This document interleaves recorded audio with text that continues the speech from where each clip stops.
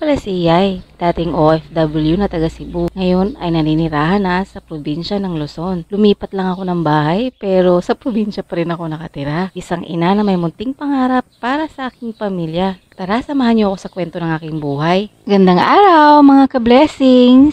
Bali sa nakikita po ninyo, umalis lang po tayo ngayon. Dinayo lang talaga po natin itong bayan ng Bungabon dahil may bibilin po tayo sa 3M na drugstore. Paano po kasi? Dito lang po kasi ang pinakamura.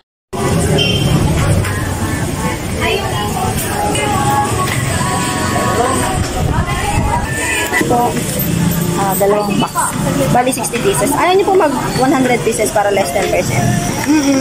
Saktuhin po ng 100 pieces. 110 na lang po. Save niyo po yung 10 pieces doon. Dalawa na lang muna. 60 na lang po. Opo. Madalas po talaga dito kami bumibili dahil nga hindi po talaga kami makahanap sa bayan ng Rizal itong vitamins na gusto ko. Simula po kasing ginamit ko itong vitamins na to, nabawasan na po ang pagkakasakit natin. Mahirap din kasing humanap ng ganito talaga. Buti na nga lang po, nung nagpa-check up ako dati, itong binigay ng doktor ko. At simula nang ginamit ko to, sa awa po ng Diyos, hindi na po tayo nagkakasakit. Sobrang hirap po kasi pag may sakit po talaga tayo. Lalong-lalo na kapag nanay ka. Talaga namang kailangan mo pa rin kumilos para sa anak mo. Siyempre, sinamahan na rin po natin ng ibang healthcare, lalong-lalo na kay Bulinggit. Alam nga naman para lang sa ina nyo ang bibilin ko. Siyempre, para rin po sa batang makulit para mas lalo pa siyang po kumulit.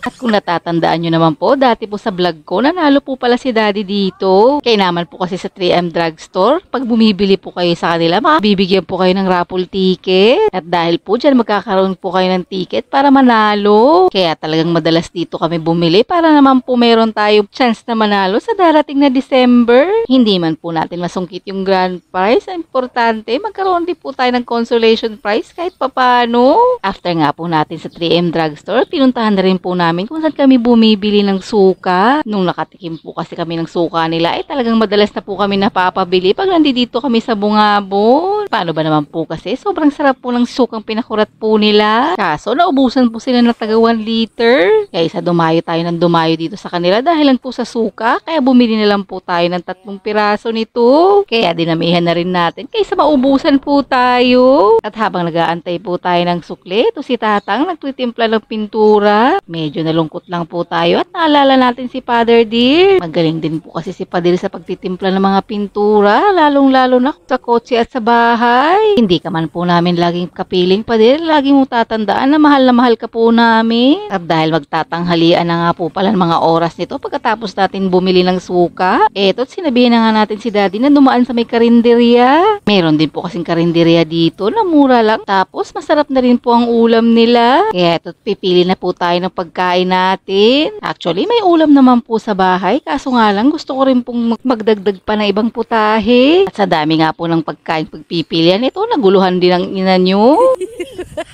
Ginusto mong bumili, kaya panindigan mo yan.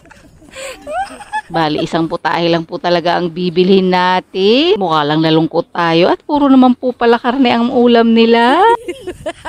Buti na nga lang din po at meron pang panggulay. Mas gusto ko po kasing bumili ng gulay kaysa sa karne po. Kainaman nga din po niyan at marami silang serving sa gulay po nila. Dahil nag-aantay na po sa atin ang batang makulit ito, tumuro na lang po ng palamig. At dahil nga sa sobrang init na rin ang panahon, kaya ito dinamihin na rin po natin para share na lang po kami.